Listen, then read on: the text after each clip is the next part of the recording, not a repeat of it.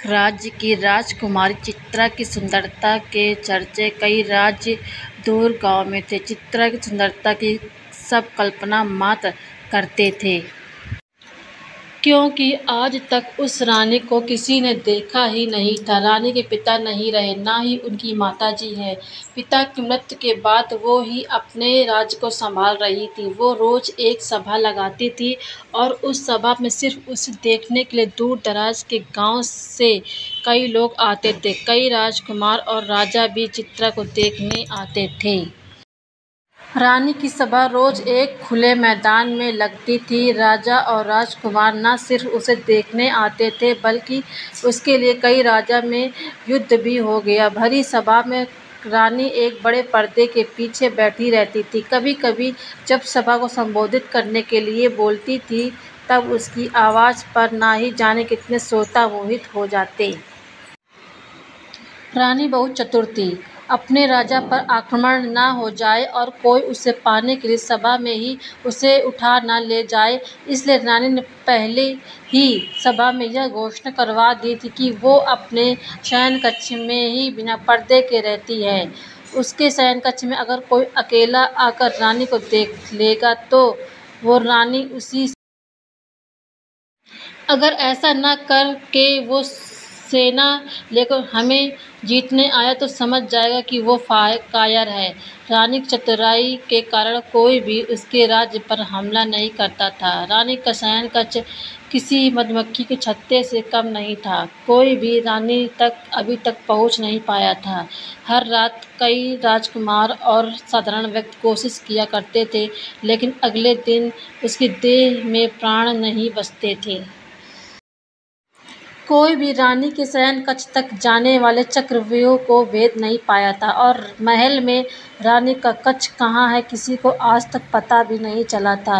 रानी के सैकड़ों पहरेदारों की नज़र से कोई भी नहीं बच पाया था। बस रानी की सुंदरता सबकी कल्पना में ही थी। रानी के लिए न जाने कितनों ने प्राण गंवा दिए, लेकिन कोई भी रानी की सुंदरता को नहीं देख पाया। उसी राज्य में एक युवक था जिसका नाम था सरस। युवक बड़ा ही साधारण था, लेकिन बुद्धिमान था। उसे इस तरह एक स्त्री के लिए लोगों को मरना बड़ा दुखी करता था। वो कई को समझाता था कि दिन रात एक अनदेखी रानी को इतनी चर्चा करना बेकार है, लेकिन शायद ही वो किसी को समझा पाया हो। एक सुबह उसके गांव का एक नवयुवक रानी को देखने की चेष्टा में अपने प्राण गंवा बैठा।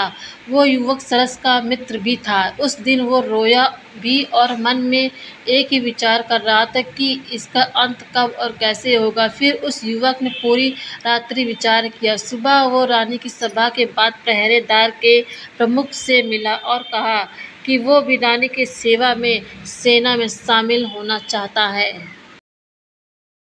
उस प्रमुख ने उसे कहा कि यह तुम्हारे बस का काम नहीं है। तुम्हें देख ही मैं जान गया कि तुम युद्ध के लिए नहीं बने हो। सरस बोला कि वो उसे किसी भी काम के लिए रख लीजिए। सरस बोला कि वो अच्छा भोजन बना सकता है और पहरेदार को रात्रि में अन्न पानी तो चाहिए ही होता है। वो जी जान से सेवा करेगा। इस तरह की बातें करके वो सेना के लिए भोजन पानी का प्रबंध करने वाले समूह में आ गया। करीब 6 माह तक वो मन लगाकर सेवा करता रहा। इसी दौरान रानी को देखने की चाह के लिए युवक भी आते रहे और अपने प्राण गंवाते रहे। फिर भी एक रात्रि लगभग 2 बजे अपने रसोई घर में खीर बनाई और सभी पहरेदारों को खीर वितरित की। कई सेना ने मना किया कि उन्हें सचेत रहना, लेकिन उसने कहा कि आज कोई नहीं आने वाला है, क्योंकि रात चांदनी है और कोई मूर्ख ही आज आएगा। सभी पहरेदार को उससे खीर खिला दिया। खीर खाने के कुछ समय बाद सभी मूर्छित हो गिर पड़े। सरस ने खीर में बेहोशी की दवा मिला दी थी। सरस अब रानी का कक्ष ढूंढने लगा।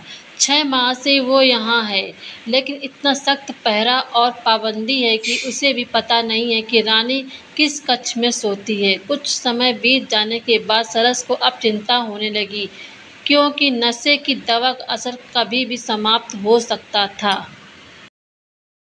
फिर उसे एक चौक में नीचे तल घर में जाने का रास्ता दिखाई दिया।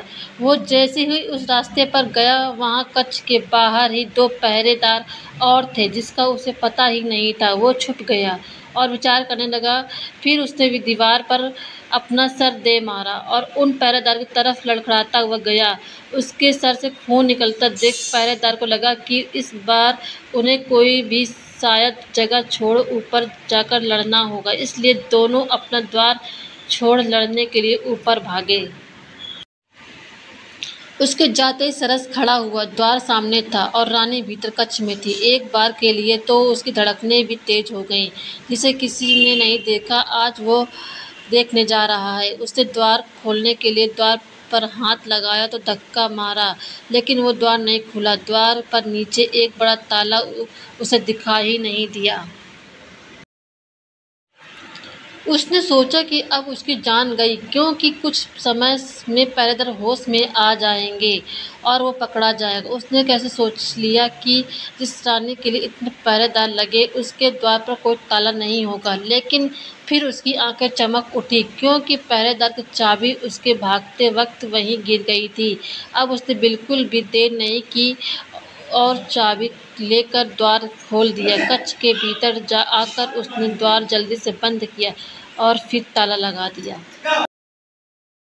अब उसने पहले एक गहरी सांस ली, फिर आंखें खोली तो उसे दिखाई दिया कि एक आलीशान कक्ष सुगंधित पुष्प भांति वो कक्ष सुगंध दे रहा था, लेकिन कक्ष में प्रकाश कम था। वो रानी के बिस्तर के पास गया।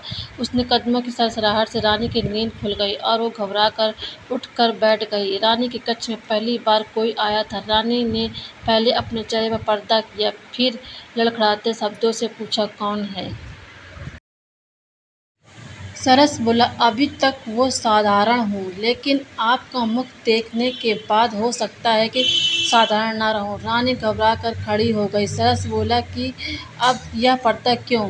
अब तो मैं इस शयनकक्ष तक आ गया। अब तो मुझे वो चेहरा दिखा दीजिए जिसने न जाने कितने की जान ले ली। अब तो प्रकाश में आ जाइए। रानी ने अपना पर्दा हटाया और प्रकाश में आई। युवक सरस ने देखा और चौंक गया, क्योंकि लोगों के द्वारा रानी की जिस तरह कल्पना की जा रही थी, रानी उसकी बिल्कुल विपरीत थी।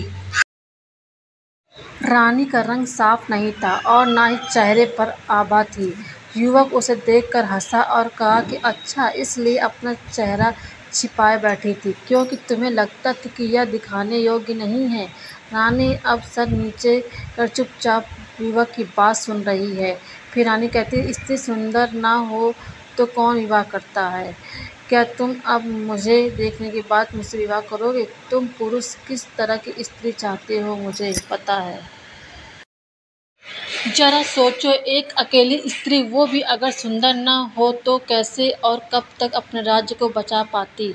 यह मेरी चतुराई कि मैं अभी तक रानी हूँ, किसी के अधीन नहीं हूँ। सरस बोला, तुम्हारी चतुराई न जाने कितने प्राण लिए पता है?